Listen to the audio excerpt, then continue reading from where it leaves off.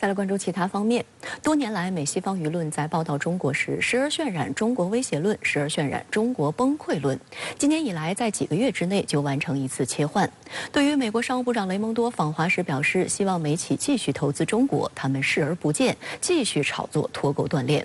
中国驻美大使谢锋近日在《华盛顿邮报》撰文指出，中国经济发展比你想象的更好，大家都在一条船上，谁都无法独善其身，更不应该损人利己。中国驻美大使谢锋在8月31号发行的美国《华盛顿邮报》上发表署名文章，开门见山表示，中国经济发展比你想象的更好。谢锋表示，上半年国内生产总值同比增长5.5%，在世界主要经济体中名列前茅。世界银行、经合组织和国际货币基金组织分别预测，2023年中国经济将增长5.6%、5.4%和5.2%。像过去多年一样，中国经济仍然是全球经济的领头羊和推动全球增长的最重要发动机。谢锋提到，消费持续恢复是中国经济的亮点之一。中国出口在国际市场的份额继续保持在14%的水平。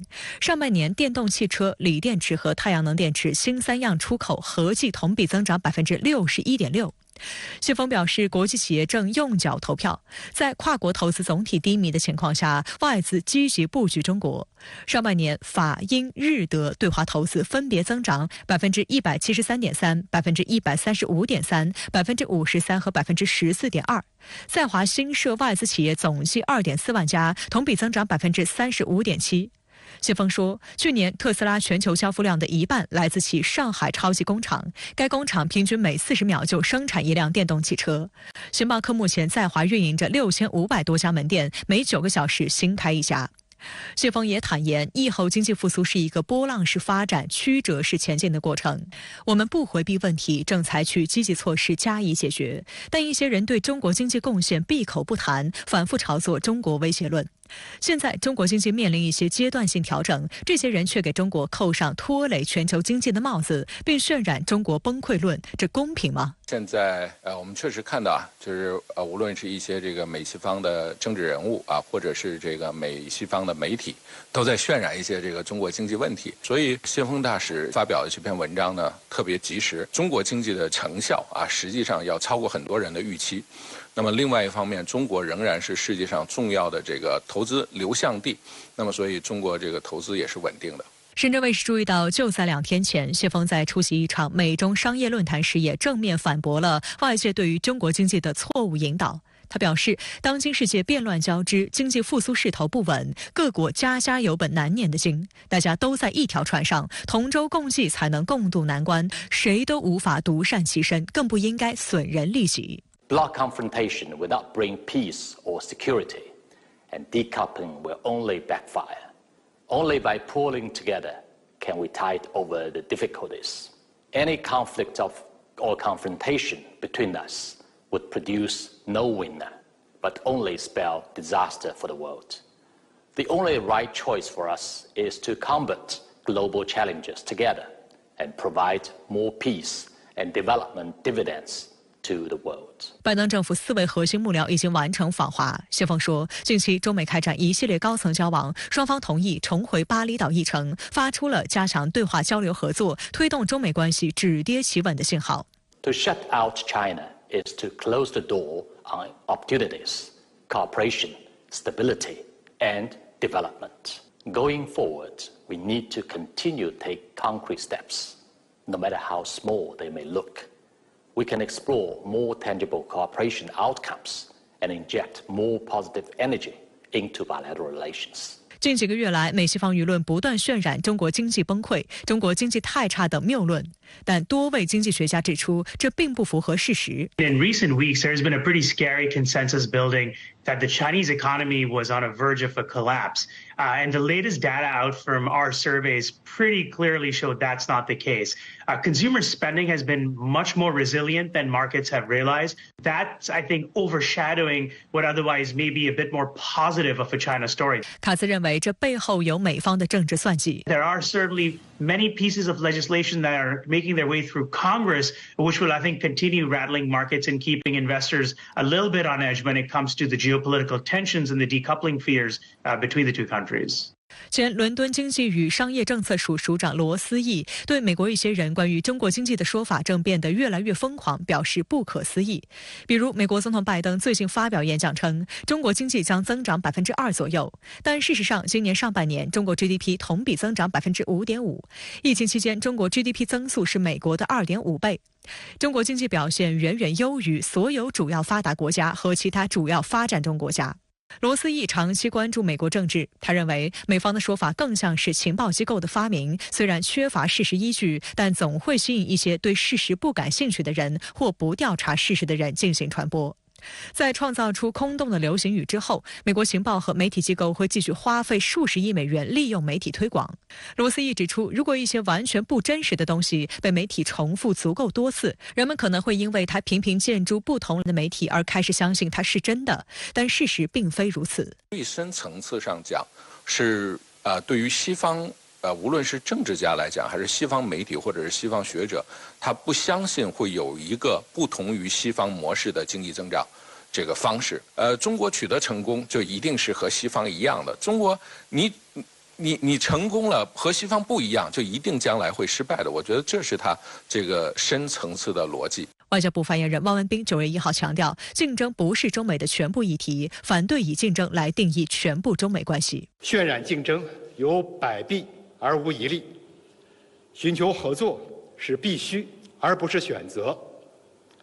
事实反复证明，中美合则两利，斗则俱伤。中美合作可以办成许多有利于两国和世界的大事，中美对抗对两国和世界是一场灾难。实际上，对于中国经济的前景，美国商界的看法更理性务实。 As an investor, what are you waiting to see? So I tell you what our investors want, and this is the case in every time there is a bit of a challenging situation. They will push the market to get there. Now, in some cases it will happen. In other cases, the series of measures, like we've seen here, end up working, and that restores restore the confidence of the market participants. The fact of the matter is, China is the second largest economy. You, in a way, cannot invest in China, right? I mean, we're talking about how the economy is slowing. I thought you were going to say you cannot ignore China, you cannot ignore China. You cannot ignore China. 美国《纽约时报》文章引述哈佛商学院的最新论文指出，尽管美国的政策制定者企图寻找办法切断与中国的联系，但有越来越多的证据表明，中国的产品正在通过其他国家进入美国，美国供应链仍高度依赖中国。 China is hugely important to the world because it is such an important end consumer for products, especially in the commodities and energy world. So if China's economy is not going to recover the way that the world had hoped, it's going to mean other countries, they're going to find it harder to find markets where they can sell their goods and services to. In a connected world where we live, that's going to have a ripple effect across the globe. 国际政界、商界，包括学界，也不断发出希望中美通过合理竞争、相互促进发展、加强而不是削弱经济相互依存的声音。So that relationship between the U.S. and China, whether it be trade, manufacturing, you name it, has been hugely beneficial for both economies, and it has huge spillover effects for the rest of the global economy.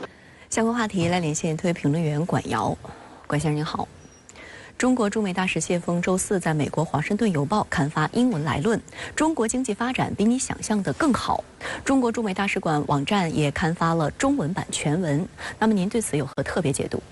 好的，主持人。那么置身美国政治权力的中心，《华盛顿邮报》呢，一直是美国影响力最大的主流媒体机构之一，甚至呢可以说，它也一直是美国政治进程与华盛顿权力游戏的重要参与者和见证记录者。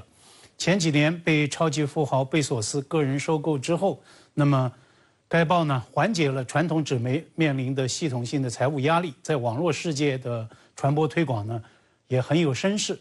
那么谢锋选择在《华盛顿邮报》刊发来论文章，一定程度上延续了驻美大使在此报的撰文发声的传统。这些年啊，在全世界最重要双边关系乃至一些全球性的重大议程上，不少 颇有影响力的中方的观点与说法，都是驻美大使以英文来论的方式，通过《华盛顿邮报》观点版首发。那么借由这样一个平台，向美国公众和舆论场做全方位的传播。谢锋昨天见报的来论，起笔就开宗明义，近来围绕中国经济有不少议论，情况究竟如何呢？中国经济发展比你想象的更好。我呢，愿与大家来分享一些个事实。所以啊，这篇来论它的主题就是讲事实、摆道理，讲中国经济的关键事实，摆中国经济的硬道理，并且呢，以此来回应、澄清外界的一些不实之论。那么，围绕中国经济，外界尤其美国舆论场上都有哪些个议论呢？我做了一个简单的关键词梳理，从 perilous moment 所谓的危险时刻，到 great trouble 大麻烦， age of stagnation 滞胀时代，到危言耸听的 the end of China's economic miracle 所谓中国经济奇迹终结等等等等。那么可谓是各种唱衰中国经济论的集中大爆发，甚至呢还有学者杜撰 economic long covid 也就是经济长新冠这样的奇葩提法，危言耸听中国经济走不出新冠阴影。当然了，唱衰中国经济论被各种恶炒，少不了政党政客的推波助澜。此前美国总统拜登就曾经在竞选集会上信口开河，瞎扯中国经济是滴答作响的定时炸弹云云，这纯属无稽之谈，毫无逻辑与理性可言，也大失一国之尊的体面。从根子上来说，这其实是扎心厚黑、无极限、无底线的美国式的竞选话术。既然唱衰中国经济论经不起推敲，为什么您认为它会在美西方舆论场上有所谓市场呢？我们不妨拿拜登抛出的所谓定时炸弹论来一番案例解剖吧。我之前也曾经评论拆谎经济炸弹论，那么就请深圳企业家王传福来告诉拜登，因为几乎就在拜登出席那次竞选集会的前后脚的功夫，那么作为全球最大新能源车企的掌门人，王传福当众哽咽的场景全网刷屏了。我认为回击经济炸弹的所谓发难，那么王传福是最有资格的中国实业家人选，就请王传福来明告拜登，资格何来，说服力何在呢？深圳车企比亚迪在全世界范围内第一个跨过量产交付500万辆的大关，俨然全球新能源车领域最靓的仔。但是呢，也请回想20多年前，当中国推开世贸前身关贸总协定的大门，当时主流舆论场上争论激辩的话题又是什么呢？是中国的国产汽车业怎么办？是国产车经不经得起进口车、合资车的全面冲击？今时今日有目共睹的是，中国汽车业不但活下来了，而且呢还活得很精彩。中国晋升新能源汽车的领军者，全球最大的汽车出口国。谢锋大使的文章也提供了中国新能源车的发展数据，明明被政委还搭上了一国元首的体面与信誉，但是拜登未来他真的会停止攻击、扭曲乃至抹黑中国经济的基本面吗？了解美国政治，尤其是美国大选潜规则的人，恐怕都会说难。否则美国政坛上周上演的另一个奇葩怪炫章，又该来如何解释呢？特朗普投案了，特朗普拍大头照了，特朗普赢麻了，就因为他的民调远胜共和党内一众挑战者，那么特朗普就敢有底气向媒体宣称自己拒绝参加共和党的首场党内初选辩论，因为其他候选人民调差太远，和他们辩论纯属浪费时间。就因为把民意基本盘的情绪与流量效应拿捏到位，特朗普就有底气完全视法律、视公平与公义如无物，哪怕他面对的各项刑事检控已经累计超过100项。所以在这种进阶过火、尽是癫狂的美式竞选喷子的话语模式之下，拜登时不时制造所谓经济炸弹的话语泡沫，也就不难理解了。毕竟美国大选年已经越来越迫近，在我看来，对中国经济的怀疑与不确信有各种归因，不了解误解者有之，偏听偏信者有之，刻意抹黑、大肆攻击、从中渔利者更是大有人在。而后者这些人、这些个势力，他们正是各种基于政治自利动机的所谓唱衰中国经济论的始作俑者。